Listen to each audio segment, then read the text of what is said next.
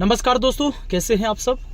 उम्मीद करते हैं कि बढ़िया होंगे और आप लोग भी इस बात के इंतजार में रहे होंगे कि सर आज अगर मीटिंग में गए हैं, चूंकि रेलवे भर्ती बोर्ड के अधिकारियों के साथ अपने लोग की मीटिंग थी, तो मीटिंग जो ये हुआ इसमें सबसे पहले श्रेय आप लोग को जाता है, क्योंकि आपने जो ये ट्विटर कैंपेनिंग किया और लगातार यूट्यूब पर और अन्य प्लेटफॉर्म पर जो वीडियो शेयर हुए, जिसके वजह से रेल मंत्री से लेकर प्रधानमंत्री तक को ये बात पता चला और वहां से उन्होंने एक टीम गठित कर दिया, ये अधिकारियों का एक टीम, जिस पर हम लोगों से बातचीत हुई।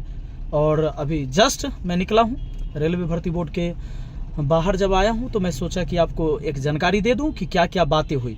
तो सबसे पहले कि आप जानते हैं कि 5,694 शायद समथिंग ये बहाली आई थी। ये बहुत कम थी एएलपी की बहाली, क्योंकि रेलवे के इतिहास में आज तक इतना कम वैकेंसी कभी नहीं आया था। मुद्दा यही था।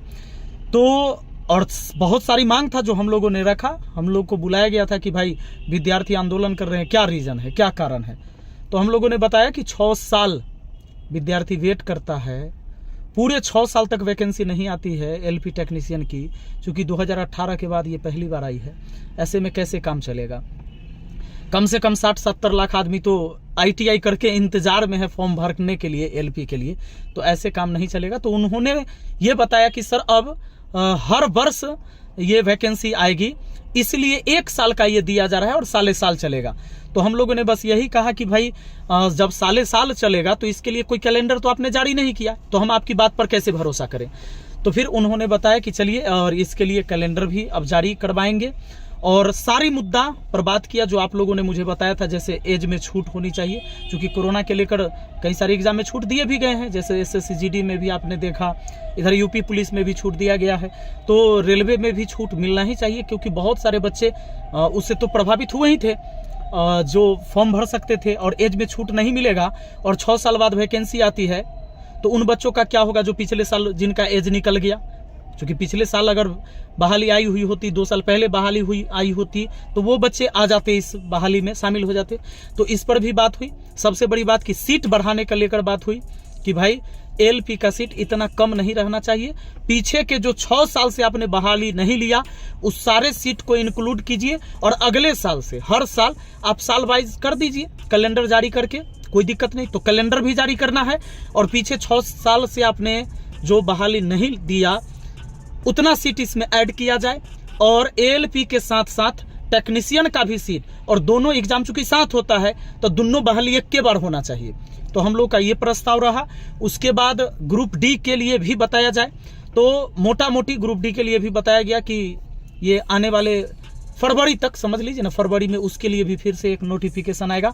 और अब पूरा जेई के लिए भी, और पूरा ये अनुमान आप कर लीजिए कि 26 जनवरी से पहले या 26 जनवरी तक आपको विभाग के तरफ से, रेलवे भर्ती बोर्ड की तरफ से दूसरा नोटिफिकेशन आएगा ही, और सीट की संख्या भी बढ़ेगी, एलपी टेक्नीशियन की भी साथ में होगी। अब देखिए, इसको हम 100% तो नहीं कह सकते। 100% इसलिए नहीं कह सकते कि जब तक रेल मंत्री का बयान नहीं आता है, ऑफिशियली कुछ चीजें नहीं आ जाती हैं, तब तक 100% कहना गलत बात है।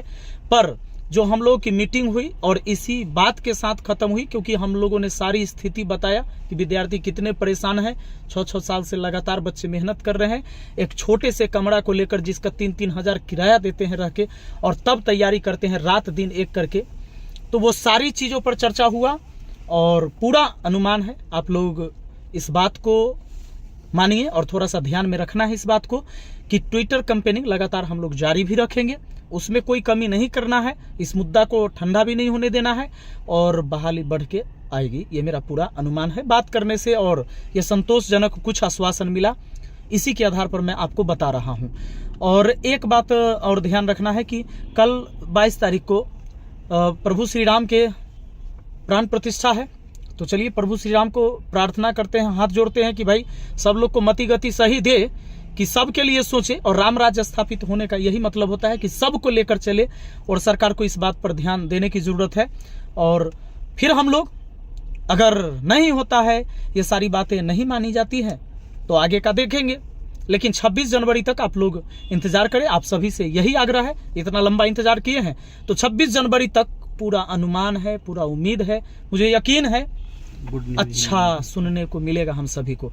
इसी के साथ चूंकि बात जो हुई है वही बात मैं बताऊंगा आपको, और बना के अपने मन से कुछ करके आपको बताने की मुझे कोई ज़रूरत नहीं है। ठीक है, मिलते हैं फिर अगली वीडियो में। थैंक यू, लव यू, जय हिंद, जय भारत।